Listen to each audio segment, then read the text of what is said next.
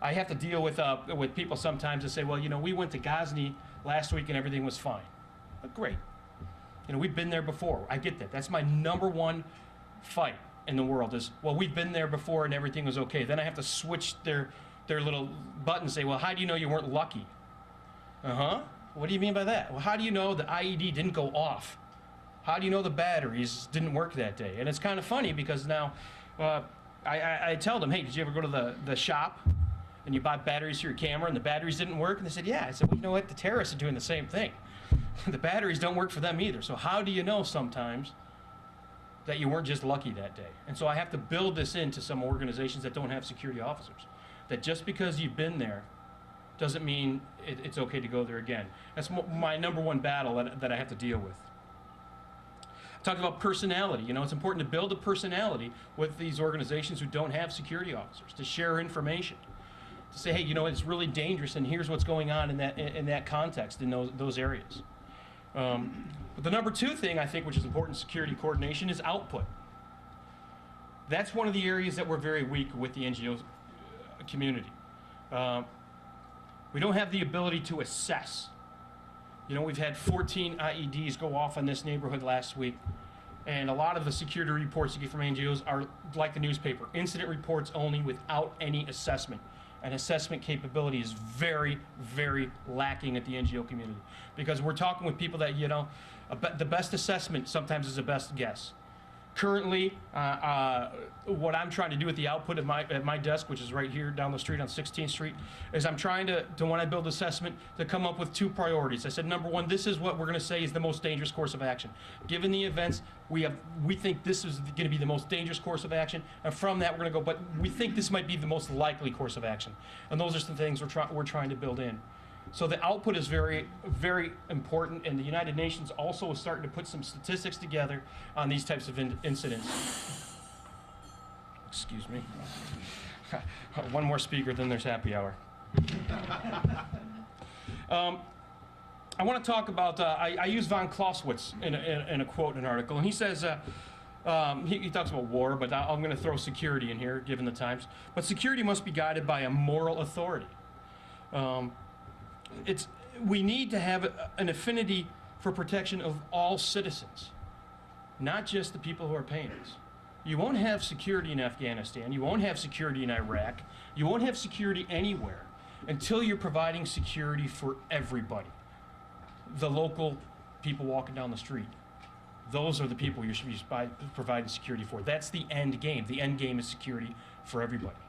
I think it's really important to remember. Nothing is going to tick me off as an NGO more than having another American point their gun at me and say, well, I don't know who you are. Man, do some profiling. All right, I walked down the street, and unfortunately in Baghdad, there was a time where I could walk down just like I am now, but that time is gone. All right, when I talk about Iraq, or when I hear people comment about Iraq, I always say, hey, you know what, there's a difference. Let's talk about Baghdad, and let's talk about Iraq. There's two different. There's NGOs working all over that are walking down the street as I am right now in some of these regions.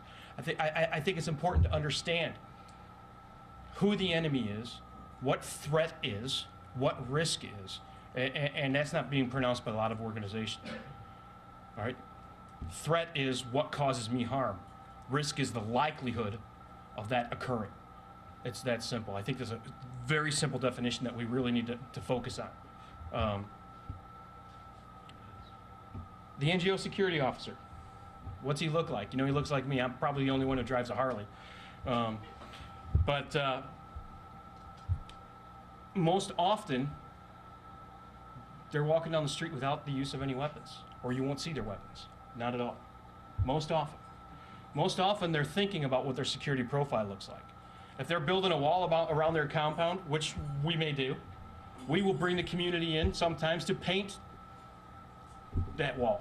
Let's make that wall their wall. Let's turn it into the community's wall. You might not see barbed wire. There might be some there. But we're always looking into as much of crime prevention through environmental design as absolutely possible. We're trying to make a friendly look to the community. We're asking the community what they think it should be. I'm knocking on my neighbor's door and says, hey, I'm about to possibly build a wall here. Will that upset you? How would you do it? Part of it's your wall. What can we do for you? Often I've walked across the street to police stations and I found out that their water pump wasn't working, and they're washing their car using my water pump. That was an important thing for me to do in Afghanistan, was provide the local police station with the water pump. I have to make friends wherever I go because I'm gonna have to rely on them. But the NGO security officer is I would say that most of us in the room would think he's on the bottom of the food chain when it comes to security officers, because if there's a food chain of security or military personnel, it starts as a grunt, as an infantry officer. Then it might get some airborne. Then he might become a ranger. Then he might become special operations. And then there's other things that he might become, and that would be the top. So our food chain of when it comes to security or protection officers, you have the NGO guy, the guy not using a gun, on the bottom. But Munenori wrote the book, The Sword in the Mind, in the 16th century, and he said the best swordsman didn't need a sword.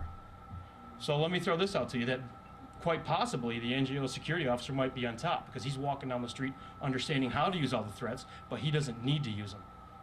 So his number one weapon is actually his mind. I know it's up, but there is some historical precedence to that. That maybe it is the NGO who is on the top of the food chain. Just something to think about.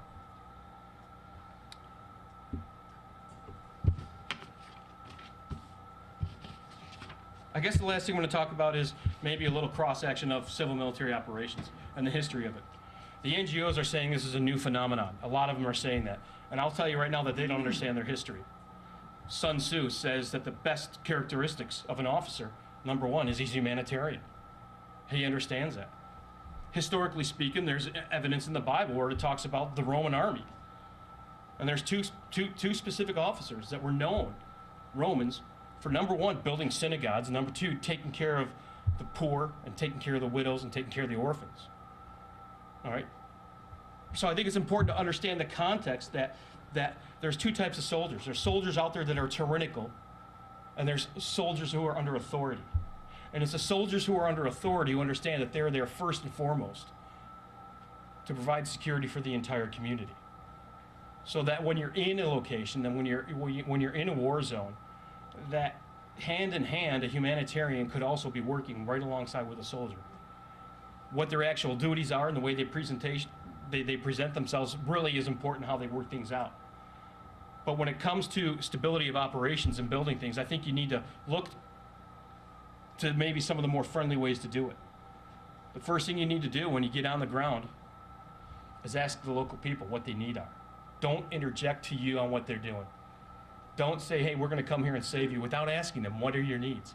I've made the mistake before by telling them and bringing in what they don't need, but there's many cultural aspects that you have to do. I have people around the world in areas that are unbelievable that I can call on the cell phone and say, hey, what's the situation? I hear this is going on. Tell me what you're hearing from your local people, and I can bring that data in. And when I provide assessments, when I'm thinking that we're going to run through a phase change in the country, that these are most important to me. I thank you very much for this opportunity. My